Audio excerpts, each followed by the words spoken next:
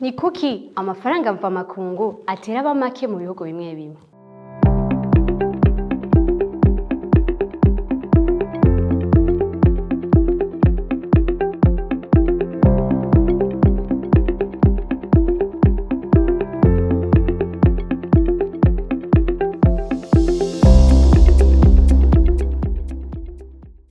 Birashika ko turondera ibidandazwa bimwe bimwe ku masoko tukabibura canke tugasanga ibiciro vyaduze cane. Kenshi bavuga ko vyatewe nuko amafaranga mvamakungu yazimvye. None uko kuzimba kw'ayo mafaranga twogusigura gute? Canke ayo mafaranga igihugu kiyaronka gute? Kugira twishure ico kibazo dutegerezwa kubanza gutahura ikintu kimwe gihambaye.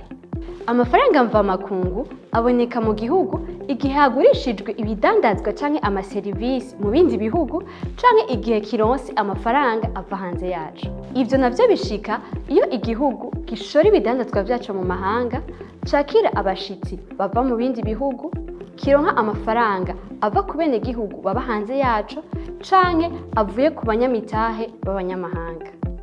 Nk'akarorero, iyo Burundi bugurishije ikawa, icayi canke ibindi bidandazwa mu mahanga, buronka amafaranga mvamakungu. Niko biri kandi iyo abarundi baba hanze y'igihugu baronkikiye amafaranga imiryango yabo iri mu Burundi. Mu yandi majambo, amafaranga mvamakungu yinjira mu gihugu igihe kigurishije ibintu mu mahanga canke kironse amafaranga ava hanze yacu. Ariko twibuke ko hari n'amafaranga ava mu gihugu mu gihe abantu muri rusangi canke abadandaza baguze ibidandazwa canke amaserivisi bivuye mu mahanga. Aho niho ikibazo c'ikena ry'amafaranga mvamakungu gishobora kwibonekeza. Uburundi bukenera amafaranga mvamakungu kugira bushobore gutuma hanze ibintu vyinshi vya nkenerwa harimwo ibitoro, imiti, imiduga, ibikoresho vy'ubwubatsi, ibikoresho vy'ubuhinga bwa none, imashini zifasha mu bikorwa vyo guhingura, ibikoresho vya ngombwa mu guhingura, bimwe mu bifungurwa hamwe n'ibindi.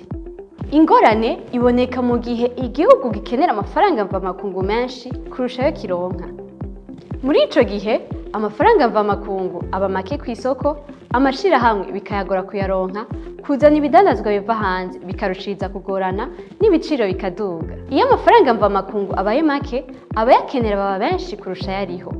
Abazana ibitoro, imiti, ibikoresho vy'ubwubatsi, ibifungurwa canke imashini bose baba bayakenereye icarimwe. Ivyo bituma ayariho adakwira bose, navyo bigatuma bishobora kongereza umuvuduko w'ihindagurika ry'igiciro c'amafaranga mvamakungu hamwe no kuduga kw'ibiciro. Hari n'ibidandazwa bikorerwa mu gihugu bishobora kuzimba kuko ababihingura canke ababidandaza bakoresha ibintu biva hanze nk'ibitoro, ibikoresho vyo gutekeramwo ibidandazwa, ivyuma vyo gusubiriza mu mashini, ibikoresho vya ngombwa mu guhingura n'ibindi. Kenshi na kenshi iyo amafaranga mvamakungu abaye make kw'isoko, gutuma ivyo bintu birarushiriza kuzimba.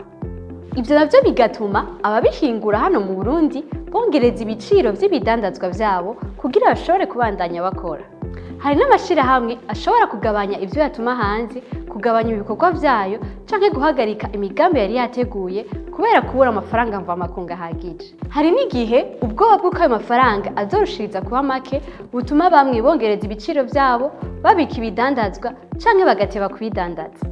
Mu ncamake, ikena ry'amafaranga mvamakungu rishobora gutuma hari ibidandazwa bimwe bimwe bibura kw'isoko, ibiciro vy'ibintu biduga, agaciro k'amafaranga kagahindagurika, ibikorwa vy'amashirahamwe bikagabanuka, hiyongera ubwoba bw'ukuntu ubutunzi bw'igihugu buzoba bwifashe muri kazoza.